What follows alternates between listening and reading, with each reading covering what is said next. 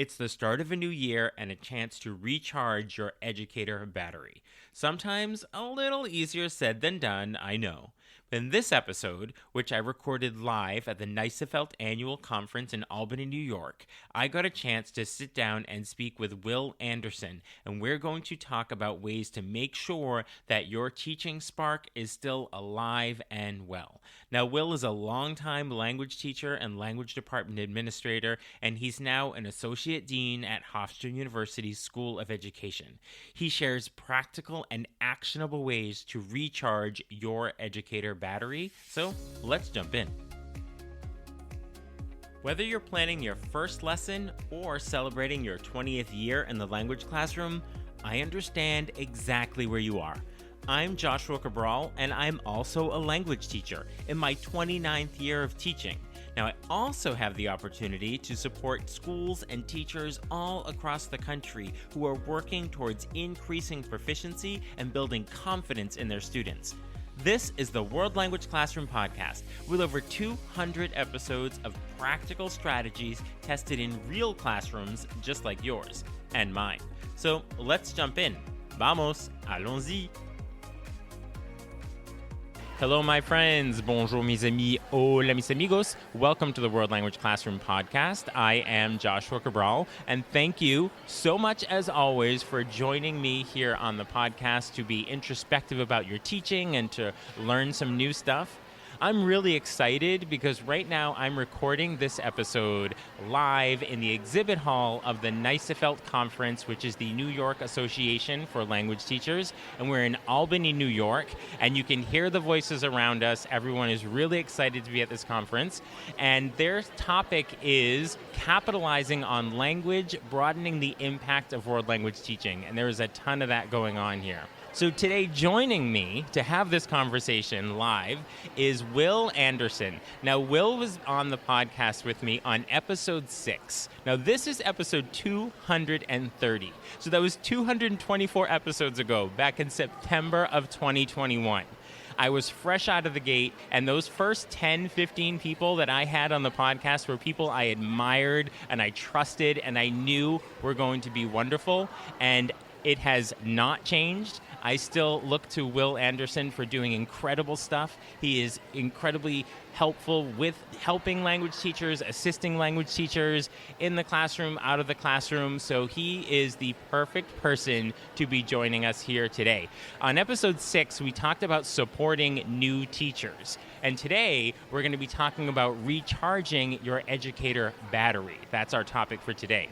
Will spent 20 years in the Massapequa Public School System on Long Island, where he was the K-12 Curriculum Associate for World Language and ENL. During the latter part of that, he started as the Director of World Language Education at Hofstra University, and he has since become the Associate Dean of External Relations and Field Placement. And we'll learn exactly what that means in a minute, but I'm so happy to have an incredible conversation about recharging your educator battery. Welcome back. Hey, Joshua, thank you. I can't believe you've been doing this for over 4 years now. It's crazy. It seems like yesterday, but also seems like 10 years ago that you started doing this. So thank you for inviting me today. Glad to be here on this exhibit floor with all the hubbub going on. Yeah. Neisefeld weekend, so it's awesome. So can you just tell us, so that we totally understand, what your days look like as the Associate Dean of External Relations and Field Placement at Hofstra? Yes. So my position focuses on really placing all of our education students at Hofstra in their observation hours, their student teaching placements, their participant observer hours. So it's helping students find the right placement for their practicum that they take in order to be prepared to be teachers. But on the external relations side, I am continually working memorandums of understanding that we need to secure for each of the school districts and schools that we work with. So it is making sure that those are signed and that we meet all of the requirements. So that's kind of what my day looks like, in addition to putting out whatever fires come along and just advocating for our students and really helping them to become teachers. Excellent. Wonderful. Thank you so much for doing that work with this next generation of language teachers coming up. You have a wealth of experience to be sharing with them. And I want to jump into this topic about recharging our educator battery. I would like to have your perspective, having spent so many years overseeing teachers directly in the classroom in your school district, but then also working with teachers in training, in-service teachers, pre-service teachers. And from all of your experiences with these teachers, what do you see as some of those biggest factors that either drain or hopefully recharge educators, particularly in our current educational realm? So there are definitely lots of issues that really drain our teacher batteries. I think one of the first ones is the lack of professional autonomy. So when curriculum decisions are made without teacher input, educators often feel undervalued and disconnected from their work. So those curriculum changes really can't happen in a vacuum. They really need to happen with the input of the teachers who are actually teaching the curriculum. The second factor is probably one of the most insidious, is really burnout and workload. The emotional labor of teaching combined with administrative tasks and extracurricular activities can lead to exhaustion, especially without adequate support from management or from administrators and from schools. So how do we as teachers, what are the things that we do to recharge those drained batteries? I think one of the most obvious ones, being here at this conference this weekend, is strong professional communities. When we collaborate with colleagues, both locally and through online networks, it can provide inspiration, resources, emotional support. This NICEFL annual conference is a prime example of world language teachers coming together to commune and recharge their batteries. Listening to your podcast is another resource to help teachers really feel supported. So finding those resources to help us know that we're not alone. I think that makes a big difference in recharging the battery. When you were in your district overseeing a number of language teachers, how did you make sure that your teachers were feeling that autonomy, but then also supported at the same time? One of the things that I learned to do in my career as a language leader in my district was to allow teachers to try different things, allow them to have that flexibility, autonomy of trying different strategies, trying different techniques, using different digital tools, and letting them have that freedom. And that especially happened during COVID when we were in online teaching. I would have teachers reach out and say, "Hey, Will, can I try this? Can I try?" I was like, "Absolutely, try it. If it doesn't work, let's talk about it. Let's figure out why it didn't work." And I think allowing them that flexibility. Now, not all schools or districts are willing to, or maybe they can't allow that freedom, but I think it's important that teachers feel a sense of freedom, that they can try different techniques. So I think that is one thing that we can do to support teachers. So it sounds like there needs to be that certain level of trust of the teachers that you're overseeing, trust as colleagues. So how can colleagues amongst themselves and with their administrators establish that trust so that they can try new things in a way that they feel confident with? Well, I think the administrators or leaders need to let the teachers know that that trust is there, that they're going to allow them to try different things and not penalize them if it doesn't go well, or maybe a lesson flops with something new, and that's okay. And also letting teachers know that it's okay that you're trying something different than your neighbor next door.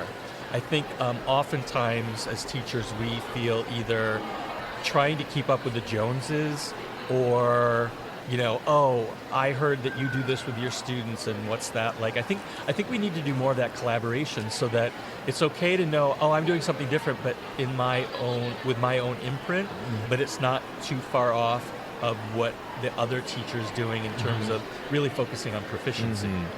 Yeah, I think sometimes when we look at the word autonomy, it could be, oh, you're doing this in your silo, but that's where the fear comes in and maybe some lack of trust. But the autonomy is more having that opportunity to maybe try something new and then end up collaborating at the same time. Especially if you have the support of either your colleagues or your supervisor. I mean, having that support, I think, allows that trust and that willingness to try something new. And it's okay to fall down on the first time that you try something and get back up. So you referenced burnout earlier. And I think that can be a big concern, particularly in our profession these days. And that is a big concern in education in general, but our personal experiences have been, in the world language community. And so what are some practical ways, like those everyday strategies that teachers can use to sustain their energy and I would say their passion as well throughout the school year, particularly those times when it starts to wane, in those like dark months? So what can we be doing to keep up that energy and passion? There are many things that we can be doing. I think one of the first things is we need to learn how to set boundaries for ourselves. One example is checking email or grading after hours. I think we as teachers need to really spend time on the weekend with family and friends and loved ones and do things that aren't related to our career. It's really all about finding that work-life balance. I am a true believer of that. I do not look at my email after 6 o'clock at night, and I try not to on the weekend because I know the email will be there on Monday morning, and if there's an emergency, someone will text me. So I think setting those boundaries for yourself helps to kind of avoid that burnout a little bit. I think one of the most difficult things for us as teachers is to prioritize self-care. I mean, the simple things like sleep and nutrition are really foundational to be living a functional life while working. And nothing is more important than self-care. We just need to take care of ourselves before we can take care of our students and take care of our families. I think this would be more of an administrator question. So if you put your administrator hat on for a bit, so how can you be encouraging the teachers in your department to practice self-care? And that would be great if they're doing that. But then also, how can teachers advocate to their administrators to be able to do that? So it's kind of the two-ended. You're the administrator, and then you're the teacher that would like your administrator to be like that. I think it's just encouraging on a daily basis the teachers to take care of yourself. And if you're not feeling well, take a sick day, stay home. Don't grade the papers this weekend. I've told my students at Hofstra, build in your calendar, in your Outlook calendar, 3 hours of time on a Saturday where you're going to go to a movie, go running, just sit and chat with friends, catch up with someone. And I think as a leader, you need to encourage that. I also encourage them to celebrate small wins. I encourage teachers to keep a file, either like a manila folder file or a digital file, where you keep all of those emails from parents that gave you credit or gave you kudos for doing something, or a little note that a student wrote to you. Keep that, what I like to call a warm, fuzzy folder, so that when you're having those days of struggle, you had a bad parent interaction, you're just having a rough day, open that file. Taking the podcast on the road is exciting, but sometimes there can be technical hiccups. There was an issue with the live recording halfway through the conversation with Will, but no worries, we rolled with it. Will and I re-recorded the last 15 minutes a few days later to make sure that you got the entire discussion. So here it is. So I'd like to talk about relationships a bit more. We talked about that a bit when we were talking about self-care and being with family and friends. But when we talk about our colleague relationships and those relationships even within our departments, and I was thinking of this idea of more experienced teachers rekindling their joy through maybe mentoring some newer teachers in the profession. And I know that you do a lot of work with placing teachers in their sort of student teaching and their cooperating teachers. So, what have you seen through those relationships that help to rekindle? And I'm using the word rekindle, but rejuvenate and revive our love of teaching. Yeah, absolutely. I think one of the things that veteran teachers experience when they collaborate with or host either a student teacher or work with a novice teacher is the experience of fresh perspectives and new ideas. Because often student teachers will bring new and innovative strategies that they're learning in their methods courses, and they bring and share that with their cooperating teachers. And some veteran teachers have shared with me in the past that mentoring a student teacher was the best PD that they ever had. That was better professional development than anything they sat through in their department. These student teachers or these novice teachers share the latest digital tools and language proficiency strategies that they're learning in the classroom. One veteran teacher told me, no names mentioned, I did not know that New York State revised the world language standards until my student teacher told me. So they're really the first line of defense with the newest strategies and ideas. And I think it also serves as a reflective practice for veteran teachers. Mentoring really requires them to explain the why behind their teaching decisions. And this can literally reignite a teacher's passion if they stop to think about the why.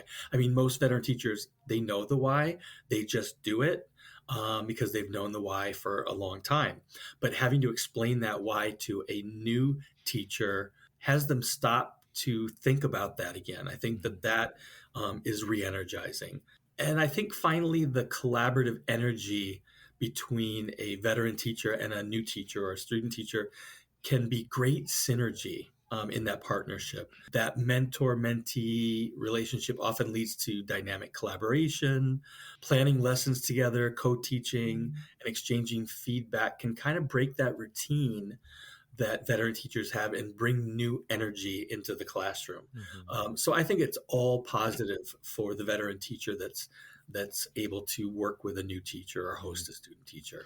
So, in your role at Hofstra, and maybe perhaps in your previous role, but in some capacity, you're involved in finding mentor teachers to be working with these newer teachers to the profession or going through their certification. Is that a hard sell to find teachers to be mentor teachers? What's that process like for you? In case there's somebody listening who's thinking, I've never done this, but I'm enticed now. So what does that sort of look like? One of the things that I share with prospective cooperating teachers is the responsibility that we have as teachers to pay it forward for the profession. That's one of the things that John Carlino from Neisefeld taught me a long time ago. We all need to pay it forward to the profession. So even though that might be a scary proposition for a veteran teacher who's never mentored a student teacher, I think it's a requirement that we have. It's part of our profession that we need to do that. So explaining what that looks like, what it involves, what the duties are, what the responsibilities and expectations are, I think is important. And again, that's what we do for our students. We explain the expectations. We explain the requirements. So we need to do that with potential cooperating teachers as well, so that they understand what it is that they're expected to do. So you have some program of onboarding and giving a program for these mentor teachers. It's not just sort of they get a student teacher and, they sort of have to figure it out. You have support for them. Absolutely. I think the biggest support is really the field supervisor, the university supervisor for that student is really the liaison between the cooperating teacher and the student teacher, and really provide the support, explain what the evaluation looks like, the rubric, how to use the rubric, how to use the assessment platform that our university uses, and really just to be there as a support for the cooperating teacher as well as the student teacher.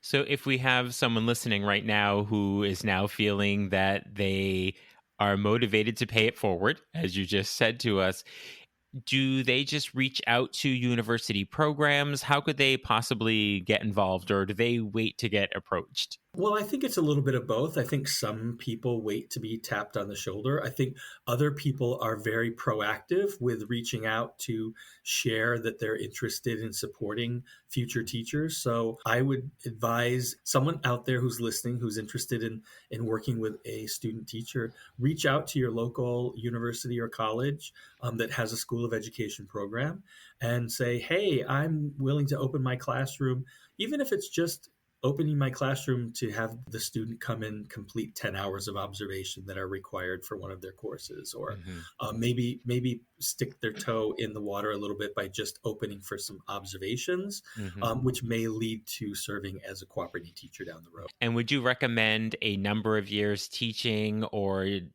just years in the profession of experience? We require that our students, our cooperating teachers, they're certified in the content area and that they have at least 3 years of teaching in that content area. That's what we require at Hofstra University. I'm sure that other institutions are similar. Oftentimes, there's an unwritten rule of you should be tenured at the school that you're in, but that's not necessarily a hard rule, as some people shift and move schools. So you go to another school and you have plenty of years of experience, but may not have tenure in that new school yet. So I think there's some flexibility with those parameters. So now let's move on to talking about our community of teachers, and having some places where we can rekindle our joy and refind our joy if we lost it, and doing that in a place of community, because sometimes we can lose our joy because we're feeling isolated depending on our teaching situation. And so what role do professional communities, like being at the Neisefeld conference, for example, what role do these professional communities play in recharging our educators' battery, and what should we be looking for? I think the biggest factor that these communities play is providing emotional support and validation for teachers. Our colleagues offer a safe space to share frustrations, celebrate wins, feel understood by people who get it. This Neisefeld conference is filled with over 250 people who get it.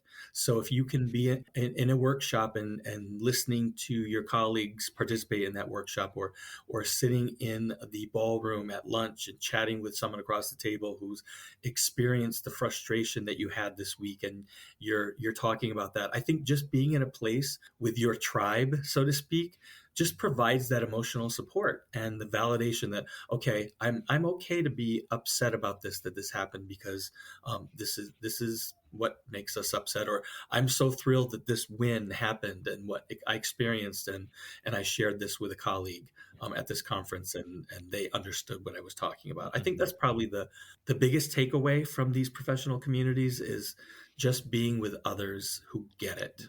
Yeah, when it comes to that validation piece, in many school districts across the country, and depending on which state you're in, there may not be state testing, for better or for worse, that involves the language departments. And so sometimes the language departments, it might not be a requirement for graduation, depending on the state. And so the teachers don't get the care and response that they deserve when there's, state testing for math and science and ELA.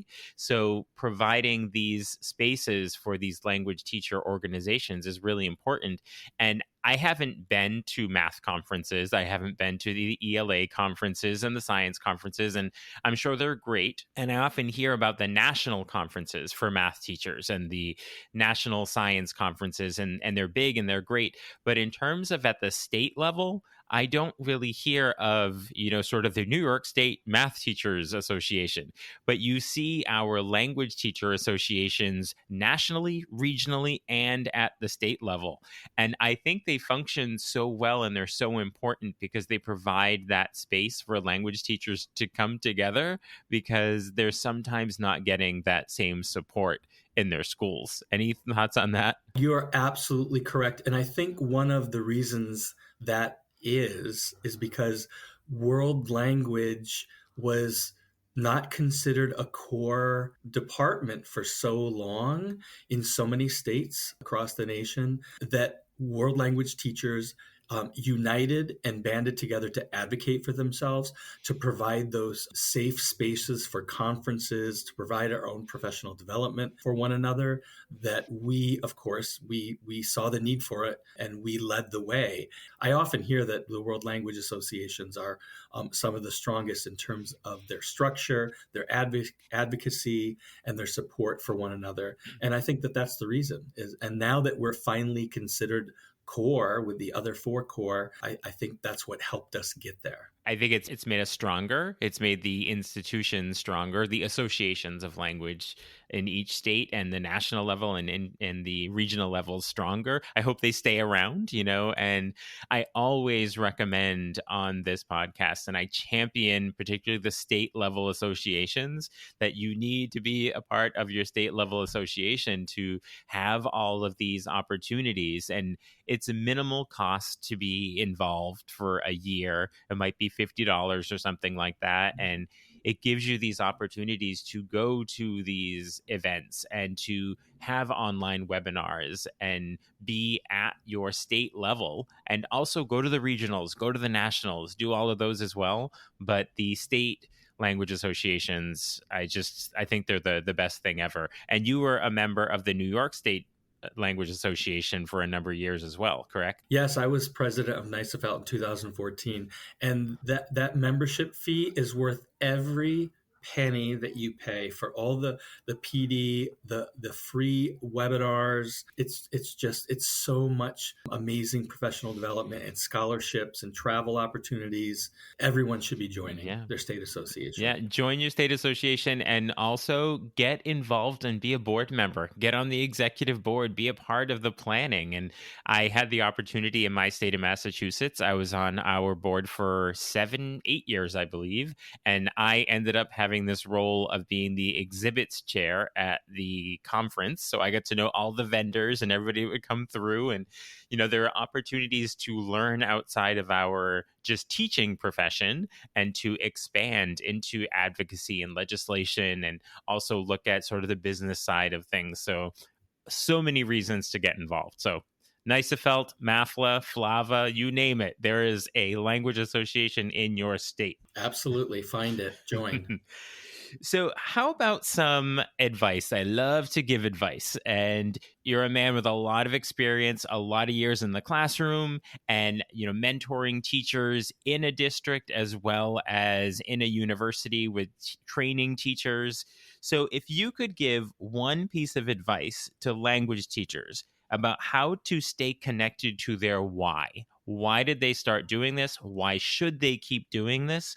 What is your advice to stay connected to that why and to keep their professional battery charged? I think there's so much advice out there for world language teachers in terms of 90% use of the target language and using authentic resources, personalizing instruction for students. But I think one of the pieces of advice that often goes missed is that teachers need to regularly immerse themselves in the beauty and the power of language outside of the classroom. I suggest that world language teachers read poetry, listen to music in the target language, watch films, travel if possible, or engage in conversations with native speakers, not for lesson planning, but for just personal joy. Reconnecting with the cultural richness and human connection that language fosters can reignite that passion and remind you why you chose this path in the first place. Sometimes I think we forget about why we love the content,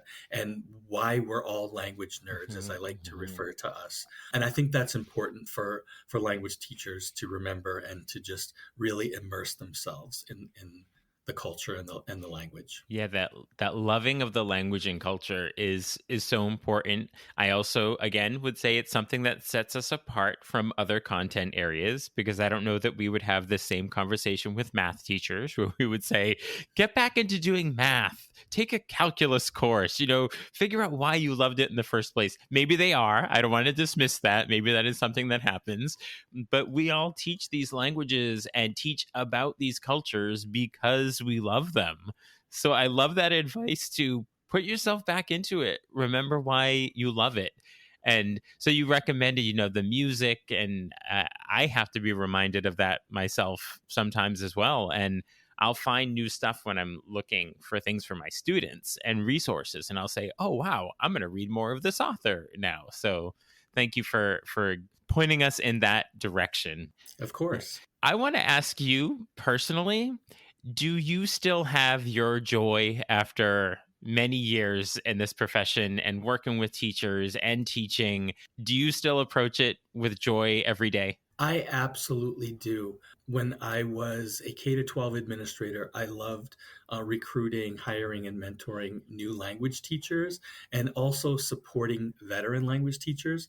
In this new role, I really enjoy working with student teachers, having conversations with them.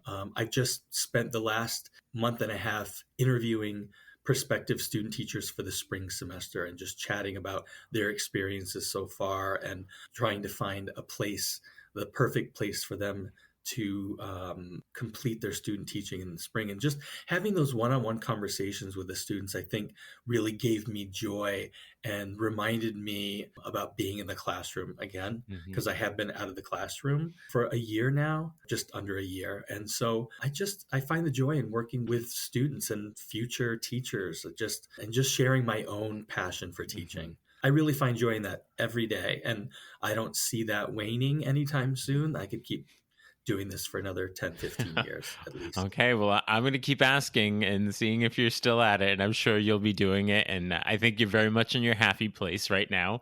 Having known you for a couple of years now, I can see that you're very much in a place where you are enjoying rekindling the joy in teachers throughout this process and bringing that. Absolutely. I love it. Yes. Thank you so much, Will Anderson, for being with us on the podcast. I really appreciate your time and everything you bring to it. And let's do it again before it's not 200 episodes. Absolutely. And I can't thank you enough, Joshua, for inviting me to be part of this. I love your podcast, love listening to it, and I would love to reconnect in the future to talk about anything. So be watching your email, my friend. Thank you so much. Thank you. Take care. What are your takeaways from that conversation with Will Anderson? I hope that you're feeling a spark of renewal as we start the new year. What can you do over the next few months to recharge your educator battery, to take care of yourself, and to tend to those relationships that fulfill and enhance your passion for teaching? As we jump into 2026, I want to personally thank you for all that you do to support your students. You do incredible work, and I hope you feel proud of all that you and your students accomplish in your classroom each and every day. I very much appreciate being a part of this journey with you, so Happy New Year, and I will talk to you soon. Bye for now. Thank you for listening. Be sure to follow or subscribe so you don't miss a single episode. And let's stay connected on social media. You can find me at WL Classroom pretty much everywhere. You'll also find lots of ideas, suggestions, and resources on my website, WLClassroom.com. Now stay curious, keep learning, and continue the great work you do inspiring and supporting your students.